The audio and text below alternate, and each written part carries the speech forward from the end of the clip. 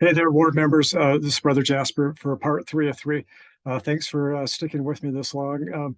I got to do this quick. Grandkids are here, so this is going to just take a few minutes. We'll go over a fast overview of the site. This is actually my second shot at doing this. The first time it was 40 minutes long, and so I'm like, yeah, I can't.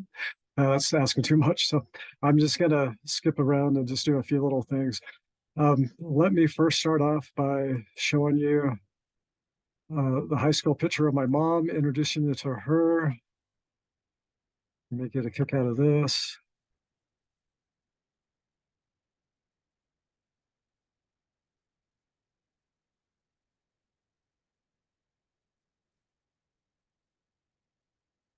So I took one of these really old pictures and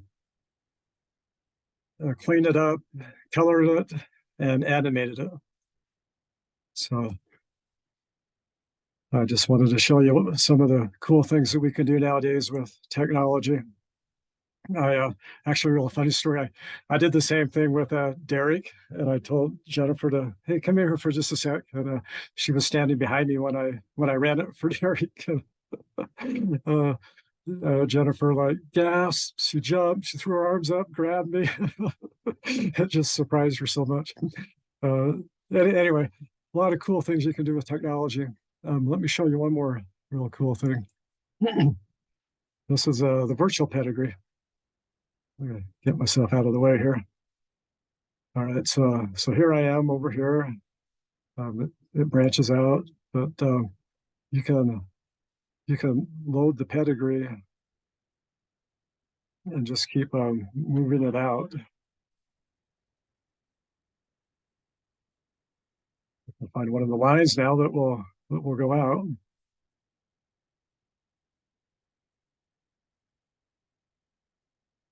All right. Well, it's not looking as cool now,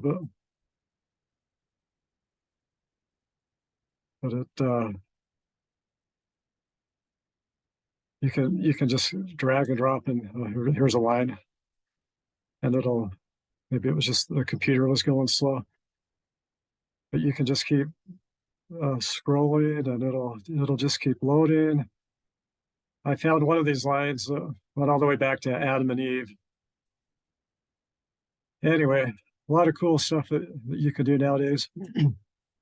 So that was my thought. I'm gonna finish up with a little thought and a testimony. Hang on just a sec here. Plug in my laptop. Sorry about that. Okay, so I will finish up with a little thought and a testimony, but let's just do a crash course. Let you start playing around with it yourself. I mainly want to make sure we're all on the same page when we go in, so we can all, when we go into training, we can all log in, right? We've made sure our accounts are linked up with our records, and so you should see the temple tab when you log in. When you first log in, you're probably going to see this view. FamilySearch has come out with a new home page. I like it a lot better. Go ahead and just switch yours to the new homepage setting, and then we'll be able to follow along together. So just a fast overview. There's going to be some menu tabs across the top. The search, don't worry about for now. That's what we're going to be going over when we get together in class. That'll be the nuts and the bolts of doing FamilySearch, adding things to the tree and doing things like that. If you hit the green FamilySearch sign here, that's always going to take you back to this page. I'll start over here. If you go to your click on your name or your picture, you can go to settings, and then from here there's some things you can do. I would go ahead, if I were you, I would add your profile picture. We talked about account last time. Notifications is awesome. You can set up to be notified anytime anything is done with anyone in your tree. You know, like, so your parents, or your grandparents, or great grandparents, anytime someone adds a source or a picture, makes any change, any edits, it's going to send you a notification so you can see what happened. So you can go in and set who you want to see, or you know who you want to be notified from. Permissions, that's just going to give you who's your account's linked up to. It'll let you add or revoke access. There's a lot here. We're not going to have time to go over all these, but play around with them. You can't hurt it. And so back to the home page, I'll show you a couple things here. It's really easy to do a search to get started. If you want to find someone, actually it's down here. Oh, where the heck? It's here somewhere. But you can type in, I keep wanting to click that. It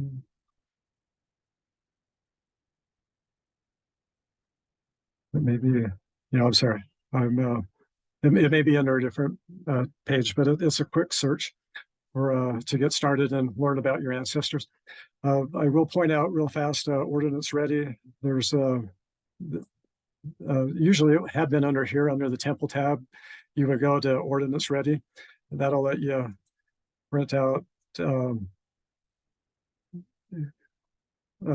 cards to take to the temple for either initiatory, baptisms, endowments, whatever you want to do. So my first go through, I walked through and showed you how to do this, but just click on that, and then you can also go schedule yourself an appointment with the temple from the home page.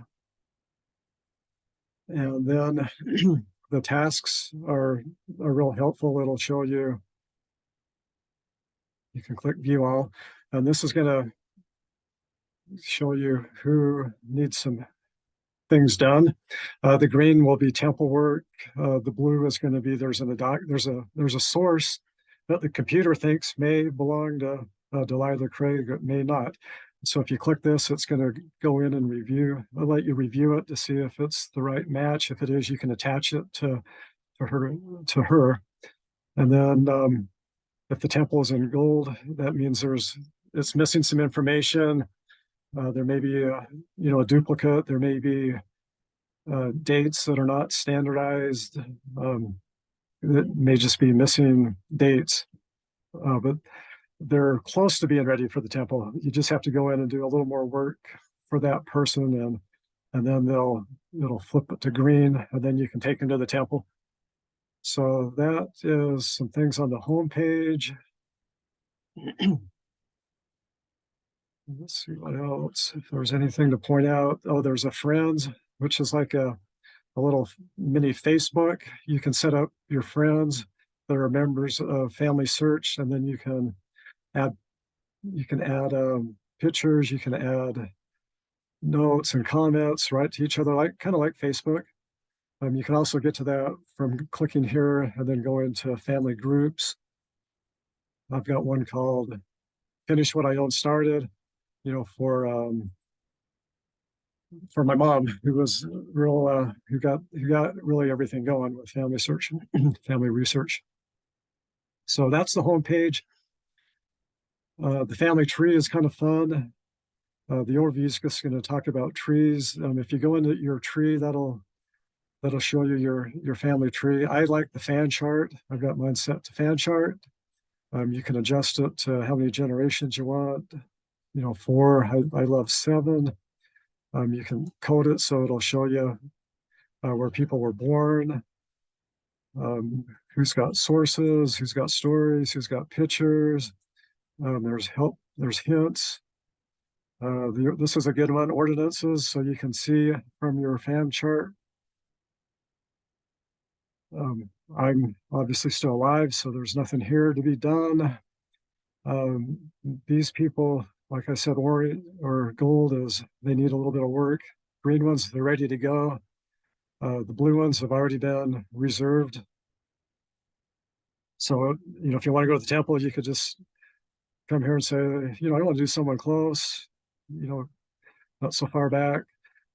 You can just click on that person, go to temple, reserve it, take them to the temple. Okay, so that's one of the trees.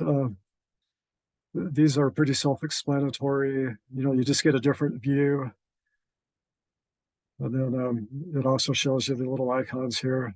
You could expand out. Back to the fan chart, which is kind of cool. Let me enlarge this so you can see. But there's going to be a family tree on everybody. And so if you click on them, that puts them as the person, the center starting person. So this is the tree. Shrink this back. So this is the tree for that person going out 7 generation. And so you can see there's a lot here to do. A lot has been reserved, a little bit, a lot of temple work to do in that line. And so that those are those trees. Descendancy is useful. If you go do research, you can set it up to how many generations you want to go back, and that's going to show you their children and grandchildren, and you can look for like missing, maybe possible missing children. It's taking a minute here to load, but I'm not going to. Oh, there we go. Okay, so you can see how that works. You can just scroll through. And so, excuse me. So that's descendancy. And then this last one, first ancestor, was just rolled out at Rootstock. They introduced this to us. You can set a tree to start at an ancestor and work the way down. I really thought this was cool. I had when I was doing some research, I drew all this out on a piece of paper, and so you can. It's kind of smaller. Let's make it a little larger. So this is the person that I just selected. Let me go to home. So this is my first ancestor from the home page, which should be my great grandpa. He was the first one to come over to the United States from England, the first Jasper. My grandpa was the first Jasper born in this country. And so I wanted to set him as my first ancestor. And so this is the pedigree chart from him. So that's a little bit about family tree.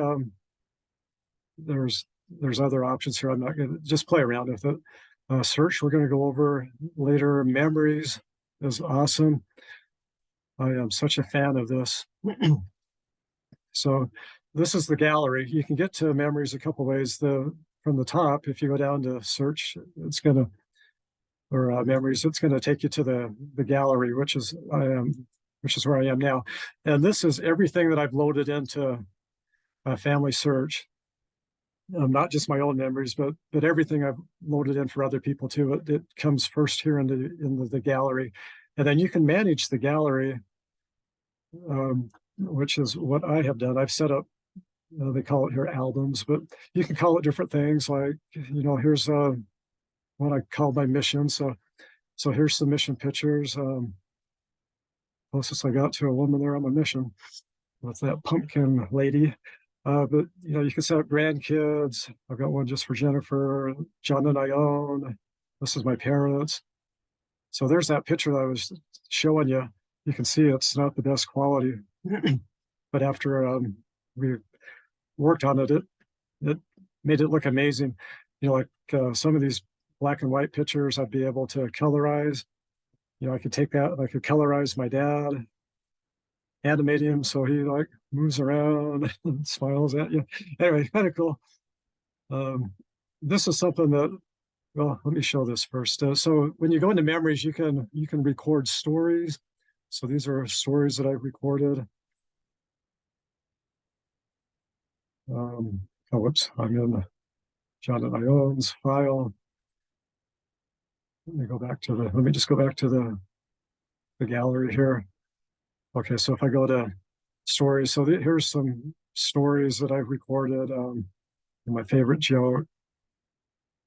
Looks like it's got to load up here. It's still showing 0. There we go. 5 minutes. Here's some documents that I've loaded in, stories that I've written, pictures. So those are a lot of things that you can do to preserve your memories.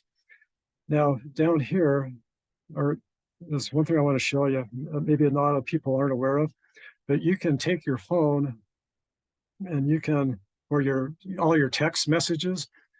What I did is I got my phone about 7 years ago, and I went back and I downloaded pretty much every single message that I have texted out, and so I've marked them all private. No one's going to see them except for me, even when I die. Some of these are hilarious conversations. I may go through and edit them a little bit and then mark them public, but it's a lot of fun. You guys know what it's like to text, and so that's like an excellent way to keep a journal, is just saving those text messages. So let's see, memories. So you can go to people, and this is fun. You'll see all the people that have memories in your tree, and then you can just click on them, and then it'll bring up their memories. You could click on how you're related. So I can click on, she won't want me to, but I can click on Jennifer's memories. So that's the people, and then find them. Just let you search, type in the name. Okay, so get involved is a good one to go to. There's opportunities that'll show you what you can do. Here's where, when you hear us all on the board talking about indexing, this is where we want you to go. Log in, go get involved, go indexing. You can click find a project. Right now, if you go advanced, you're going to get a little bit more. They've made it a little harder, and we can blame this on darn AI, but AI is doing all the easy stuff for us. And so these still aren't bad. And if you spend like a half hour to an hour, you could probably do one of these batches. But that's where you go to do indexing. And then activities. We've gone through this a lot in our quorum meetings. And so I'm not going to go over this just to save time. And then temple that we've talked about, so you can click on my reservations, and that'll show you the ones that you've reserved. And from here, you can go print them out if you would like. And so it'll let you, here's where you go to share. When you find someone that needs temple work, you can just share them with the temple. It'll let you go up to 300. I've only got 37. I'm kind of saving it for special people that I find doing research for, that I connect with, and I want to make sure I'm able to share them with the temple. And so I don't want to fill up the 300. But anyway, that'll let you know the ones that the ordinances you've done. So there's a lot that you can do here. Again, schedule an appointment. And so that is a little bit about the website. Now, if you go in, just want to show you real quick some of our partner sites. If you go into one of the, I'm on a different view, but that's okay. I'll just bring him up anyway.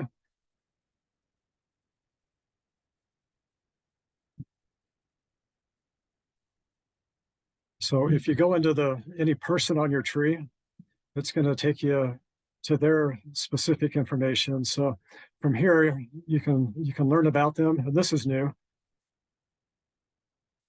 The computer will write up a summary of their life, and you can go in and you can change this and write up your own summary about their life if you'd like.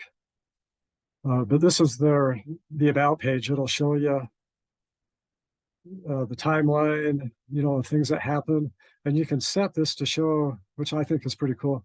You can set it to show like historical. So these are what it's going to show you in the timeline. So you could change like historical events. So so when he was born, so here's a historical event. When he was 16, young men's MIA was organized. Let's see if there's any other historical events. So when he was 29, the first widely used camera was invented. So anyway, you can learn about the person. It's a summary of all this other information too. So and then if you'd like to go to details, it'll give you some specific information about them, birth information. We won't have time to talk about linking up and changing and modifying and doing all sorts of things that you can do here. But here's the sources that have been attached. It'll show you how everything has been documented. You can collaborate. So if you need some help, you could go here and do that. Memories. He's got to have more than one memory. Maybe that's all I've added of him because he's okay. That's all he's got. So I added that a while ago, but I thought I had more, but I couldn't find very much on him. Because that is my great grandpa. And so I could colorize that if I have the time. Timeline, ordinances, all self-explanatory. So let's go back to detail. Just show you one more thing here. These are our partner sites. If you click on any of them from here, that's going to take you to this website or to this company, and that'll take you to the records that they have for him. And so like these 25 sources, some of these I found in like Ancestry or other places. And then there's all kinds of ways that you can add it over in the FamilySearch. You could attach that Ancestry source in the FamilySearch, but we don't have time to go over all that. I just want to give you a fast overview of the website. And so I think I'm going to have to end it here because it's too much time. I could go on this for like an hour. Let me leave you with a quick thought. I was reading in the scriptures, the Book of Mormon, another testament of Christ, a few weeks ago, and I was reading in my son's quad, all four scriptures together, and that's like the thing that I inherited from him. But that was 14 years ago when I got that book. I have never underlined anything. I haven't changed, highlighted anything in that book. I wanted to try to keep it just how it was with him. In my scriptures, that's a whole different story. I go crazy making notes, drawing lines, highlighting things. But anyway, in his, I do not. Until 3 weeks ago, I was reading his, and I was just struck over the head with the Holy Ghost. You know how you read something and it's like a light bulb turns on. Or you open the door, you go into another room. It's just a whole new meaning. But I was reading along here in his, and I highlighted a 3-letter word 3 times. And so this is my thought, and then I'm going to end. And so I'll share this with you. And this is 3 Nephi 5. Yea, and surely shall he bring a remnant of the seed of Joseph to the knowledge of the Lord their God. So he's talking about a remnant. And as surely as the Lord liveth, will he gather in from the 4 quarters of the earth all the remnant of the seed of Jacob, who are scattered abroad upon the face of the land. And so all, that word really stood out to me. And as he hath coveted with all the house of Jacob, it just hit me. All the house of Jacob is not just the ones that are alive right now. It's everybody. And as you know about FamilySearch and family history work and research, if you have an ancestor like back, 500 years ago, probably are, there's probably a good chance that most of us are related to that person. Um, if you go back to Abraham, Isaac, and Jacob, and their house, that is pretty much everybody who is on the earth today can probably trace or has some DNA or something, they can trace their records lineage back to Jacob. And so this covenant is going to be for all the house, for everybody. And it just hit me. It's not his house, Jacob's house, it's his descendants. It's not just the people that are alive. It's everybody. And so true, he will bring a remnant and they'll be gathered. But the covenant is for all the house of Jacob. Abraham, Isaac, and Jacob are going to get that covenant. And they're promised they're going to be brought to the knowledge of the covenant. They're promised that they're going to know their Redeemer. And then they're going to be gathered from the four quarters of the earth. So if Jacob's posterity were scattered, upon the four quarters of the earth, we're all related. We are all related somehow to Jacob. I mean, literally, we are his house. And so living and the dead are all going to benefit from this covenant. And that's kind of my thought and message, is that this work that we're doing, like I mentioned in part 1 and 2, is the knowledge of the gospel of Jesus Christ, the plan, the ordinances of baptism, the Holy Ghost, the temple ordinances. These are going to be taught to everybody, living and the dead. And we know every knee is going to eventually bow and tongue confess, that Jesus is the Christ. And so we know we're all entitled to this covenant. And for people to receive, these blessings, they need to hear it. They need to have the work done for them, and then they can accept it if they want. As far as vicarious work, proxy work, what we do in our temples,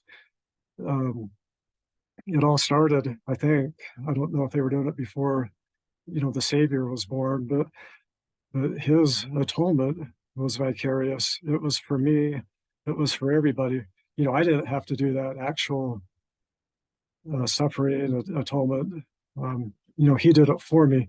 And just like he's doing that for all of us, we have the chance to, in a way, be like him and doing these ordinances and this work for others. And so that's one way that we can become like him. And so I'm going to leave you with that thought and that instruction. And I'm going to thank you so much for your time.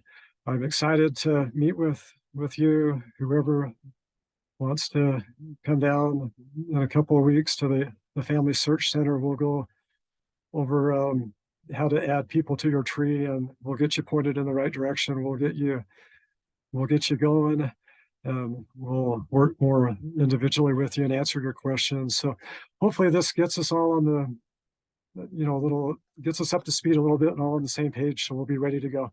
But thank you for your time. Love you guys. Talk to you later.